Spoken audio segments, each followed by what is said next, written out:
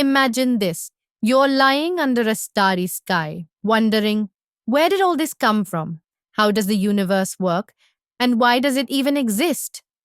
These are the questions that haunted Aryan, a curious young man who couldn't stop thinking about the cosmos.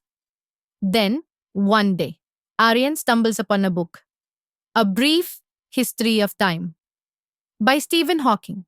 Little did he know, this book would take him on a journey through space, time, and the very nature of existence. Instead of bombarding you with scientific jargon, let me tell you Aryan's story, how he unraveled the mysteries of the universe, one chapter at a time. By the end, you'll see the universe in a completely new light. Let's begin. Meet Aryan. He's the kind of guy who's always asking big questions, but every time he tries to find answers, the complexity of physics overwhelms him until he opens A Brief History of Time. The first thing Aryan learns is that humans have always wondered about the universe. In ancient times, people thought the earth was the center of everything. Aryan chuckles at this, but then realizes that without thinkers like Copernicus and Galileo, we wouldn't know about the solar system, the Milky Way, or the billions of galaxies beyond. In chapter 2, Aryan discovers something mind blowing. Time and space aren't fixed. Einstein's theory of relativity shows that time can stretch and bend depending on speed and gravity.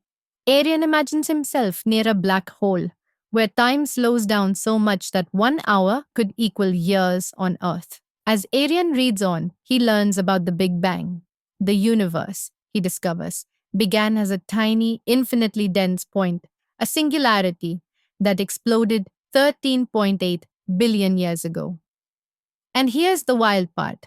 The universe is still expanding. Aryan can't help but wonder, what existed before the Big Bang? But Hawking gently reminds him, time itself began with the Big Bang. So asking what came before doesn't make sense. Next, Aryan dives into black holes.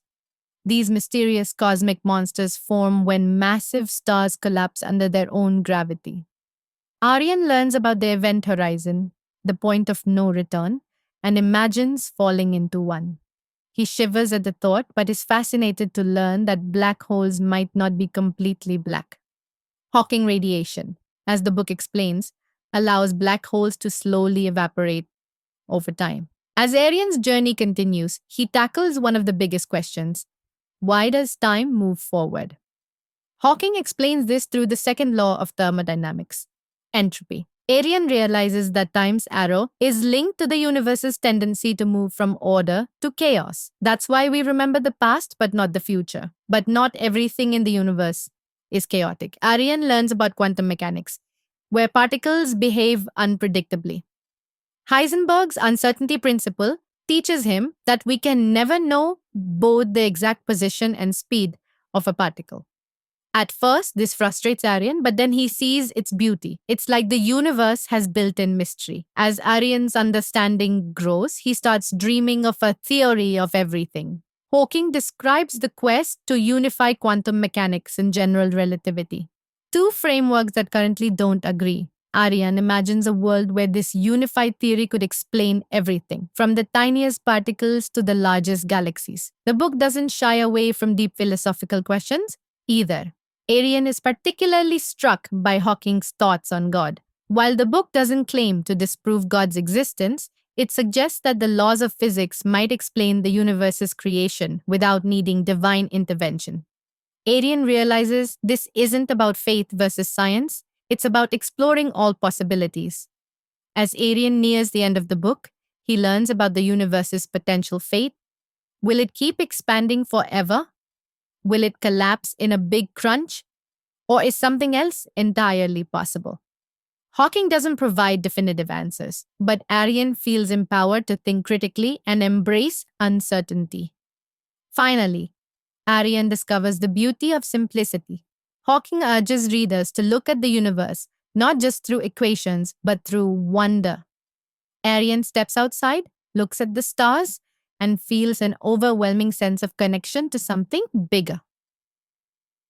Aryan's journey through A Brief History of Time didn't just answer his questions, it sparked new ones. He learned that the universe isn't just about facts and figures, it's a story of discovery, curiosity, and endless possibilities. And here's the best part: you don't need to be a scientist to appreciate it. Just like Aryan, you can start with one question: how does the universe work? Who knows where it might lead you? So, the next time you look up at the stars, remember the universe's story is also your story.